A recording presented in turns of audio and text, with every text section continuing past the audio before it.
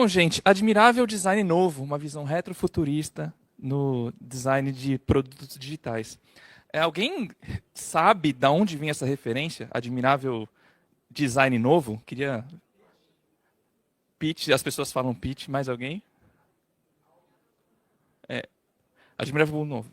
É um livro, vou passar por ele aqui. Mas antes de mais nada, deixa eu passar aqui. Opa, pronto. Essa palestra é uma provocação. E aí eu queria ouvir de vocês. Quantos de vocês odeiam a palavra provocação? E temos uma mão. Por favor, fiquem à vontade. Gosto de sinceridade. Poucas mãos levantadas. Mas eu queria dizer para vocês também que essa palestra é para mudar o mindset de vocês. Quantas pessoas odeiam essa palavra mindset? É bom saber. Tem um motivo para ser assim e eu vou chegar nisso, tá? Mas essa palestra é para fazer uma pequena viagem com vocês entre passado e futuro, mas não só mostrando fotografias do passado, mas falar um pouquinho sobre como o tempo se expande e como a gente interpreta as diferentes épocas da humanidade de maneiras diferentes, fazendo um contraponto com como a gente está hoje, tá?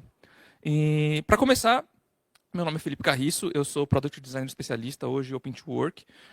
Tenho experiência de 15 anos de carreira, os 10 últimos anos fazendo produtos. Sou professor e mentor de UX Design também em algumas escolas. Recentemente comecei a mergulhar um pouco mais no assunto de neurociência e comportamento. Não é PLR, né, é PNL. Eu estou estudando neurociência mesmo na PUC-RS, aqui, terminando minha pós-graduação. E de vez em quando eu gosto de falar umas bobagens por aí. Aqui estou eu. E também já tive a oportunidade de lançar um livro, escrevo alguns artigos aqui e acolá. Tá? E aí aqui surge a referência de onde vem o título da minha palestra, né, do Admirável Design Novo. É o livro do Admirável Mundo Novo, do Aldous Huxley, que deu origem à música da Pitty, ela usa isso como referência, tá?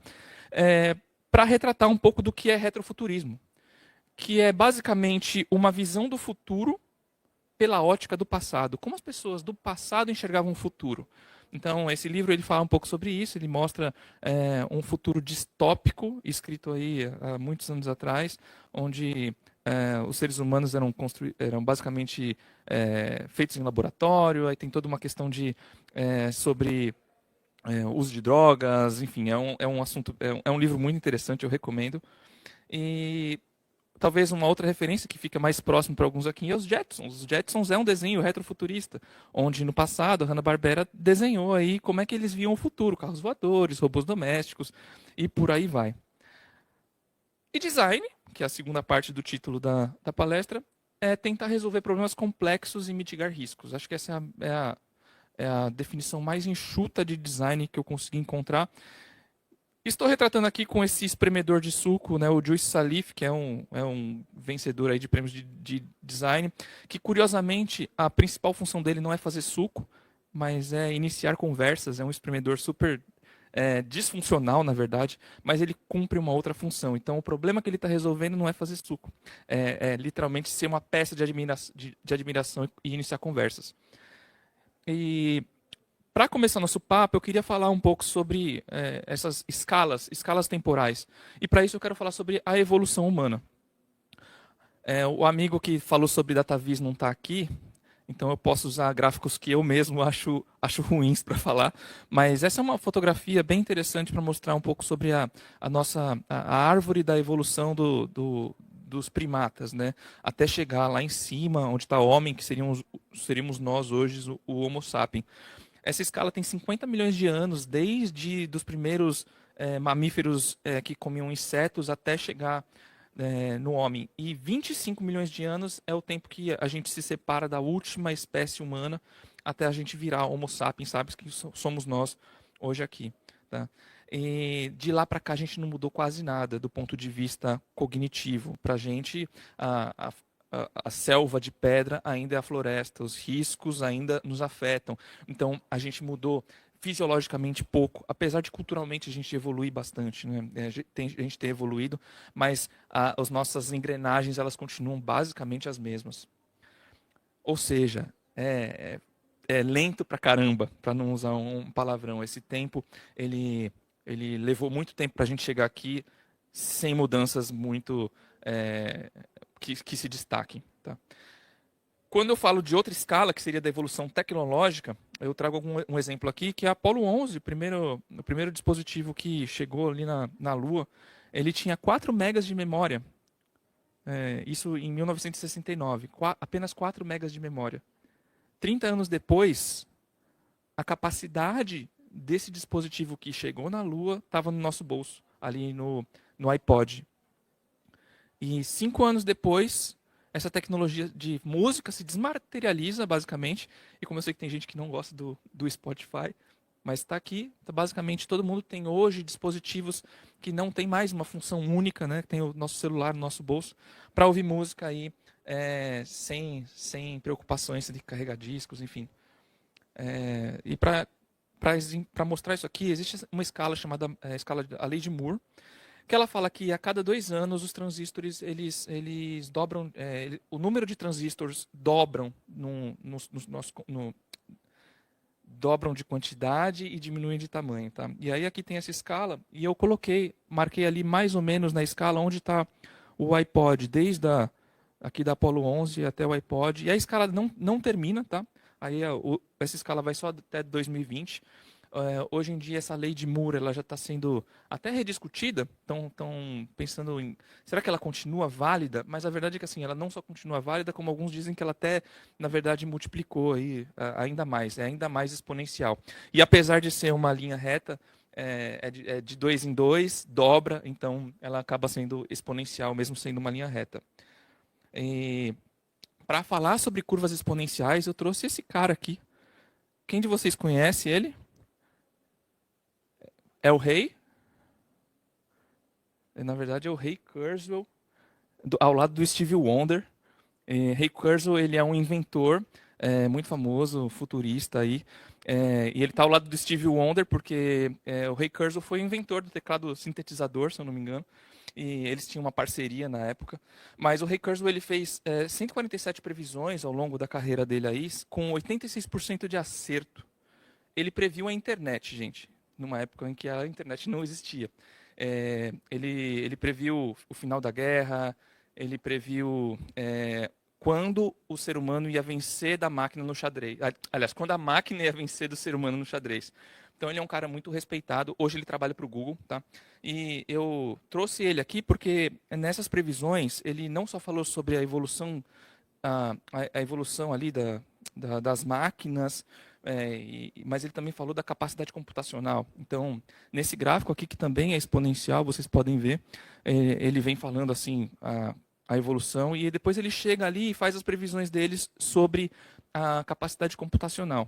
E ele diz ali que em 2015 as máquinas iam superar a capacidade cognitiva dos ratos, em 2023 ia superar a capacidade humana. E aí eu fiz questão, aquele GPT fui eu que coloquei, não foi publicado na Times, tá? O GPT, eu coloquei ali que ia superar a capacidade humana. E em 2045 ia superar a capacidade de todos os cérebros humanos. Então, a gente está chegando lá. Tem um livro muito bom, chama 2045 também, de um autor chinês, que eu não vou lembrar o nome, me perdoem, mas é um livro de contos que tenta relatar um pouquinho sobre como vai ser em 2045. Tá? E, enfim, a gente está chegando lá. E para falar, ainda ficar no GPT e nas curvas exponenciais, esse gráfico aqui é uma curva exponencial ao contrário, que é sobre adoção. Quanto tempo algumas empresas levaram para ter 1 milhão e 100 milhões de usuários. Então, enquanto a Netflix ali levou mais de 1.000 dias para chegar em 1 milhão e 3.500 dias para chegar em 100 milhões, o GPT ele chegou no primeiro dia em 1 milhão e acho que no terceiro ou quinto dia ele chegou em 100 milhões de usuários. Ou seja, rápido pra caramba. Né? A evolução ela é difícil de acompanhar. Então, a evolução humana é uma progressão aritmética. Ela segue muito lentamente, com pequenos incrementos e vai se estendendo aí ao longo do tempo. Enquanto a evolução tecnológica ela se representa numa progressão geométrica. Tá? E a gente tem muita dificuldade enquanto seres humanos, de interpretar grandes números. Isso é fato científico. E num mundo tão exponencialmente rápido a respeito da tecnologia, cada vez mais a gente tem FOMO, é o medo de perder as coisas, é o medo de perder a próxima tendência, de não acompanhar a próxima ferramenta, a última atualização do Figma, o último modelo de linguagem, enfim, dá medo. Eu tenho medo e acho que eu não vou nem pedir para vocês levantarem a mão, mas isso acaba causando ansiedade na gente. Então, eu trago aqui essa diferença de PA e PG para mostrar como existe uma discrepância aí nas velocidades e que a gente, apesar de não ter muita capacidade de acompanhar isso, algumas pessoas tentam fazer previsões. O Ray Kurzweil é uma pessoa que teve uma capacidade além, sobrenatural quase, de fazer essas previsões aí, fazer essas leituras exponenciais, mas não impede que as pessoas continuem fazendo isso. Então aqui a gente tem uma brincadeira de como seria o ser humano se ele evoluísse para sobreviver a um acidente de carro. Então, se sobreviver a acidente de carro fizesse com que a gente tivesse uma vantagem evolutiva, em alguns milhões ou milhares de anos, a gente seria mais ou menos assim. Se o ser humano tivesse uma vantagem competitiva em evoluir, porque ele é um gamer, e eu sou um gamer, eu gosto muito de jogar, talvez daqui a alguns milhares de anos a gente fosse assim. Pode ser meio bizarro esse desenho, mas a gente não está muito longe disso. Então, os nossos dispositivos eles estão nos moldando. Tá? Então, aqui tem o headphone aí que moldou a cabeça de alguns streamers e isso foi viralizado um tempo atrás. Mas eu faço um convite para vocês darem uma olhadinha no dedinho de vocês, que é justamente onde a gente apoia nosso celular. E nós estamos ficando com uma saliência onde a gente apoia o celular. Isso, obviamente, é uma brincadeira, porque isso não nos traz nenhuma vantagem competitiva para sobreviver, enfim, para nos reproduzirmos e continuarmos enquanto espécie. Mas o que não significa que apenas vantagens que são nítidas para a gente são passadas adiante. Por exemplo, a ansiedade, que a gente pode considerar um transtorno, foi considerada pela nossa evolução uma vantagem competitiva. Até porque é melhor que eu fique ansioso e tenha medo de ser atacado por um leão, por um urso, e ser um falso negativo, do que eu não sentir e ser atacado. Então, isso foi selecionado, entre outras doenças e comorbidades, enfim, tudo isso faz parte da nossa evolução, apesar de não ser tão óbvio para a gente. Então, não é o mais forte que sobrevive, nem mais o inteligente, mas o que melhor se adapta às mudanças, como disse Darwin. E isso não está muito longe. Se a gente for olhar 60, 70 anos atrás, aqui eu trouxe alguns exemplos mais antigos, mas o acendedor de postes, a telefonista, radionovelas, hoje a gente quase não tem, apesar de algumas delas dos formatos terem evoluídos, mas são profissões que basicamente acabaram. E não significa que outras profissões também não possam acabar com a evolução dessas tecnologias. Se os profissionais dessas soluções, dessas profissões, eles também não se adaptarem, né, não evoluírem como Charles Darwin sugere, né? E isso não está distante da gente, na verdade, essa dificuldade de acompanhar a tecnologia está na nossa casa. Então, quantos de vocês aí têm pessoas idosas em casas que não conseguem mudar o canal da televisão? Então, aqui tem os exemplos de alguns netinhos aí aqui do Brasil, ali na gringa, pessoas completamente distintas, que não se conheciam, mas que tiveram a mesma ideia de como ajudar aí o vovô, a vovó a usar o controle remoto. Então, gente, tem uma nítida discrepância entre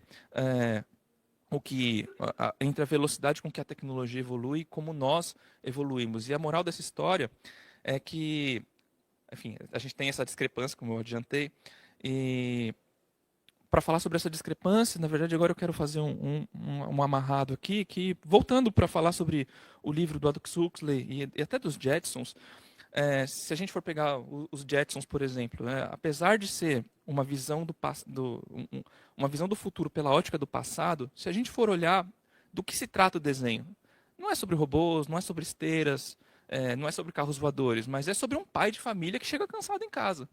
É sobre os dramas de uma adolescente encontrando namorado, é sobre a criança que não tem voz, No livro do Aldous Huxley, a gente também fala sobre livre-arbítrio, sobre amor, sobre drogas. Então, apesar da tecnologia avançar rapidamente, os dilemas continuam humanos. E eu queria muito que vocês se apegassem nisso, essa discrepância, né? No meio desse caos todo, dessa discrepância, os dilemas continuam humanos, tá?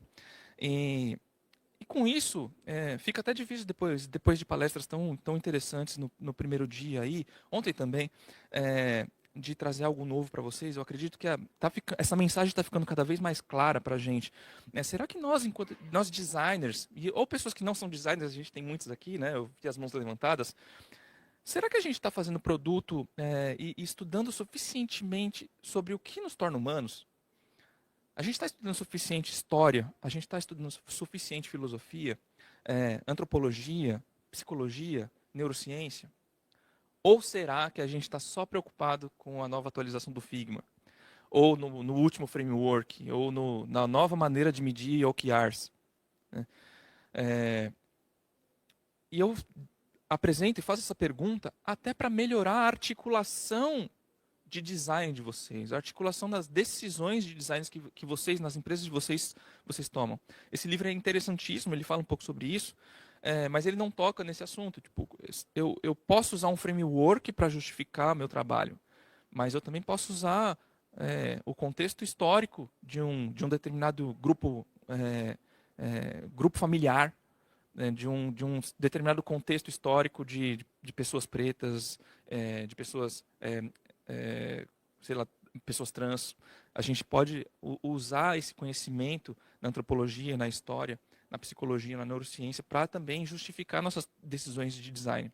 E eu marquei aí neurociência justamente porque é um pouco da minha área, né? E quando eu faço essa provocação, né, será que a gente está mais preocupado com ferramentas e métodos do que entender a essência humana? Será que a gente está mais preocupado em checklists do que resolver problemas reais? E aqui ao fundo tem até o Double Diamond, né, representando isso. Será que a gente já questionou o Double Diamond? Será que a gente já questionou o Design Thinking ou outras metodologias? Quantos de vocês já se deram a liberdade de inventar os seus próprios frameworks? Essa palestra, a primeira vez que eu apresentei em Minas Gerais, no Hacktown, no final, eu até apresentava um framework que eu sugeri, muito baseado na provocação desse conteúdo que eu estava estudando na época, mas eu resolvi cortar, justamente porque eu acho que o framework, ele, apesar de ele ser uma maneira da gente agilizar nosso trabalho, ele também nos engessa. Então, eu resolvi que a mensagem mais importante dessa palestra aqui é justamente desengessar. Usem os frameworks, não é isso que eu estou querendo dizer. Mas é usar entendendo para que eles funcionam. Tá? É um convite para desacelerar. Desacelerar, pôr o pé no freio, olhar para o que a gente está fazendo e entender por que é que eu estou preenchendo esse mapa de empatia. O que isso significa? O que significa quando eu boto pessoas numa sala para conversar, num workshop, na facilitação de algum evento ou para fazer alguma pesquisa? O que significa eu estar na frente dessa pessoa, escutando essa pessoa, vendo o semblante dela, né? Tentando entender nas entrelinhas o que ela está falando. Então, desacelerar, desrobotizar e principalmente botar intenção. Então, quando a gente usa qualquer framework, qualquer tipo de metodologia, qualquer tipo de ferramenta, que a gente entenda por que a gente está fazendo isso. O porquê é mais importante do o quê. Então, a gente está usando, deixa eu pensar aqui, a matriz de Eisenhower. Por que eu estou usando essa matriz para fazer priorização de alguma coisa? Por que eu estou usando Pareto para priorizar? Será que eu sei exatamente o que significa isso? E num primeiro momento pode parecer que isso não entrega valor, mas no final das contas isso entrega para vocês mais repertório e permite a vocês escolherem essas ferramentas em momentos que não são os momentos onde o livro, ou o curso, ou o bootcamp indica para vocês usarem. Tá? Então, essa palestra é uma provocação, ela é uma tentativa de mudar o mindset de vocês, e eu usei muito intencionalmente essas palavras que desagradam, intencionalmente, porque quando a gente acaba sendo incomodado, quando a gente fica com raiva, a gente tem uma excitação da nossa amígdala, e essa amígdala ela é muito importante para a construção de memórias lá no nosso hipocampo, dentro do cérebro. Então, quando a gente é impactado com algo que a gente discorda, a gente não gosta, nosso corpo também produz cortisol e adrenalina, o que faz com que a gente preste mais atenção. E o viés de negatividade, quando a gente percebe que algo pode ser prejudicial para a gente, nos faz prestar ainda mais atenção, porque nós evoluímos dessa forma para que a gente evite coisas negativas. Então, quando está acontecendo algo negativo, o ser humano ele foca naquilo e presta mais atenção nisso. Obviamente, eu excluí as partes ruins aqui do que esses hormônios acabam fazendo para o nosso cérebro, mas trouxe para vocês como um exemplo, como trazer intenção até numa palavra, numa brincadeira, não fazer uma piada no início de uma apresentação, como isso tem poder, mas quando você entende o porquê você está fazendo isso, você tem ainda mais poder, quando você tem repertório para usar isso a seu favor, tá? E acho que eu estou super adiantado aqui, o que é excelente, mas eu queria fechar com essa frase do Carl Jung, que é: conheça todas as teorias, domine todas as técnicas, mas ao tocar uma alma humana, seja apenas uma outra alma humana. Então, a gente tem que dominar os frameworks, a gente tem que entender a filosofia, a antropologia, a neuroanatomia, mas entendendo que a gente tem a capacidade de se tornar mais humano, para na nossa atuação a gente ser mais ético e a gente tomar decisões mais acertadas, que não visem apenas lucro, o que é difícil no mundo que a gente vive, mas que visem também entregar valor real para os nossos usuários. Afinal de contas, o design é isso, a gente resolver problemas, mitigar riscos de negócio. Tá? E a minha palestra é basicamente essa, eu estou super adiantado mesmo, eu corri com o conteúdo.